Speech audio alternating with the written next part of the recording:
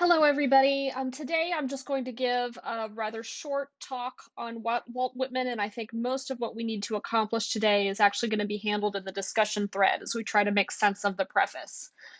So during our first week, one student in this class stayed after our meeting and asked whether the writers who we think of as participating in aesthetic movements like Romanticism were really conscious of themselves as doing so, whether they really saw what they were doing as very different from what had been done in the past. And my answer was essentially that it probably depends a bit on the writer. But in the case of Walt Whitman, I think we can be pretty unequivocal about the fact that he saw his own project as a radical departure from the poetic conventions that preceded him. And importantly, he saw his own poetry as not only an innovation in style, but as reflecting something particular about the American spirit. As you no doubt picked up from reading the preface to Leaves of Grass, Whitman saw himself as an American bard, and his image, usually with this unkempt beard and a rough proletarian look, is as identifiable with American Romanticism as Beethoven is to European Romanticism. So if you haven't read the brief biography of Whitman included in the PDF, then I encourage you to do so. Whitman was in many ways not just a romantic poet, he lived a romantic life and sought to reflect in his poetry the experiences he had and the places and people that he loved. Raised in Brooklyn, New York, and this is an image of the existing building where he used to live, though it obviously looks a little bit different now than it did in the past. Um, Whitman had an early career as a typesetter, a journalist, a politician, and a teacher. He was a particular kind of abolitionist known as a free soiler, which meant that he not only opposed slavery on principle, but was willing to fight to ensure that new territory acquired by the United States did not permit the ownership of slaves. During the Civil War, he worked as a nurse, tending to wounded soldiers, and the war also became one of the major themes in his later poetry.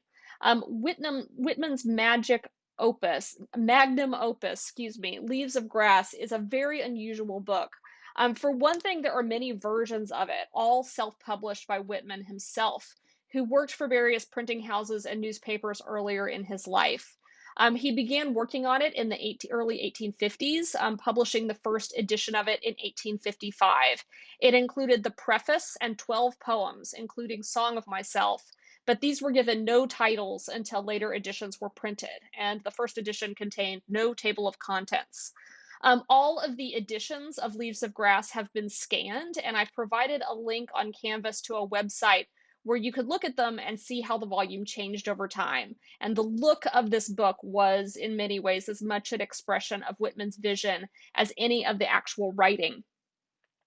Leaves of Grass always had a green cover, like this one. This is the cover of the first edition, the 1855 edition, and it had this kind of ornate organic motif embossed on it. Again, this romantic idea of the celebration of nature.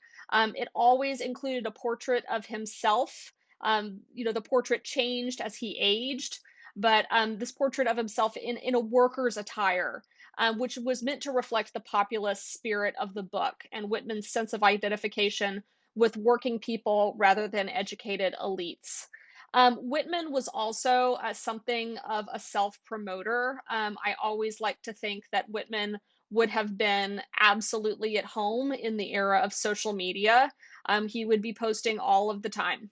Remember again that he wrote and published this book all by himself, so there's no editor. There's no one to send it to and who says, yes, this is good. This deserves to be in print. He just printed 800 copies of the first edition on his own and then tried to sell them. The problem is that nobody really bought it. In fact, there was only one library in the country that purchased a copy, and no one reviewed it either. So Whitman had to use his connections to newspaper editors to publish anonymous reviews that he had written himself. And when you look at these reviews, the fact that they were written by Whitman seems absolutely obvious. For many of them have these kind of characteristic Whitmanian flourishes. So this is an image of the most famous self-review for a journal called United States Review. And it's a little bit blurry. So here's the text of the first paragraph. It starts like this. An American bard at last, one of the roughs, large, proud, affectionate, eating, drinking, and breeding, his costume manly and free, his face sunburnt and bearded, his posture strong and erect, his voice bringing hope and prophecy to the generous races of young and old. We shall cease shamming and be what we really are. We shall start an athletic and defiant literature. We realize now how it is and what was most lacking. The interior American Republic shall also be declared free and independent. Again, this was supposed to be an external review of his book, but it sounds a whole lot like the preface. Whitman, again, in an act of kind of self promotion, also sent his book to Ralph Waldo Emerson, whose essay, The Poet, inspired Whitman to write this book. Emerson actually liked it, and he wrote a letter to the poet telling him as much. He said, "Dear sir, I am not blind to the worth of the wonderful gift of Leaves of Grass. I find it the most extraordinary piece of wit and wisdom that America has yet contributed. I am very happy in reading it, as a great power makes us happy. It meets the demand I am always making of what seemed the sterile and stingy nature, as if too much handiwork or too much lymph in the temperament were making our Western wits fat and mean." And you see, this letter is very Emersonian in the same way that the self-review was very Whitmanian. I have provided a link on Canvas to the full text of this letter, so you can either pause the video and read the entire thing, or go to the link and read it there. Many writers would have been happy just to have gotten a letter from Mr. Emerson, but Whitman actually went a step further and used it in the promotion of his book and had it published in the New York Tribune. And as the biographical sketch tells you, Emerson, called it a strange, rude thing. Thought it was a little strange of Whitman to publish Emerson's letter without permission. In subsequent editions of the book, published between 1856 and 1892, the 1892 edition is the so-called deathbed edition. The collection gradually grew from 12 poems to nearly 400. And with each edition, Whitman continued to revise and polish the previously published poems. This makes the collected editions of Leaves of Grass a truly valuable resource for literary historians, because we can track the development of these poems over time and get some insight into Whitman's editing process and how he developed as a poet. It also makes the book in itself a tribute to romantic ideals. It memorializes not only the product of Whitman's imagination, but also the process of creation. That said, most scholars consider the final deathbed edition to be the authoritative one, and that is what is printed in the anthology, and that the PDF comes from. Also, when you are teaching it, I can't expect you to read 7 different versions of the preface. That would be kind of an onerous homework assignment. So you're just reading kind of the final version, the last one. But you do kind of lose that iterative element of it all when you rely on just one version. So that's something we kind of lose. Before I end, let me just say a few words about Whitman's style. In keeping with his desire for a more spontaneous, democratic form of poetry, Whitman does not adhere to any particular meter or rhyme scheme, but instead uses other methods to create a sense of poetic rhythm. These include things like syntactic parallelism, which is where you have a repetition in sentences or clauses. We get a great example of this in just the first few lines of Song of Myself. You will also notice other kinds of repetition, and these have Greek names, which I don't expect you to memorize, but repetitions of syllables, of sounds that create a sense of cadence or a sense of unity in the poem. I don't expect you to know all the Greek terms, but if you're interested in them, I have included a link on the Canvas page to an essay that explains these all in some detail.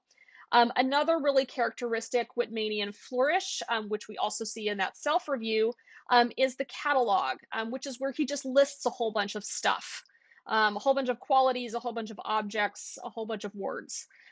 This is something he does in prose as well, obviously, and you can you'll see examples of it in the preface, and like I said, in the self-review. Many scholars think that the catalogs are reflective of Whitman's ideals of expansiveness and inclusiveness. He wanted his poetry to take in and reflect the entire world, and he also wanted his poetry to be for everyone. This is also the reason behind some of the language choices that would have been a bit strange for his time. His diction includes a lot of foreign words that have now become a standard part of English vocabulary. Words like omnibus, It also includes a lot of American slang, and there are actually some words that have kind of entered the American lexicon by way of his poetry. Here's the thing about reading Whitman, whether we're talking about the preface to Leaves of Grass or the poems themselves. Like I said in class, this is something you kind of just have to let wash over you. If you are trying to close read every single line, it can quickly become overwhelming. That is the project of a lifetime, not of a weekend. So we're going to spend some time on Monday, or excuse me, next Thursday, like kind of close reading a few passages from Song of Myself. But as you attempt both texts, I suggest reading through for the gist for most of it, and then maybe picking a section or two that you want to look at more closely. This is also a text that's worth listening to read aloud, and I've included one professional reading of the first section of Song of Myself on Canvas. In the discussion forum this week, we'll do our best to kind of unpack the major themes in the preface and how they set up Whitman's poetic project before we actually dive into the poetry. See you there.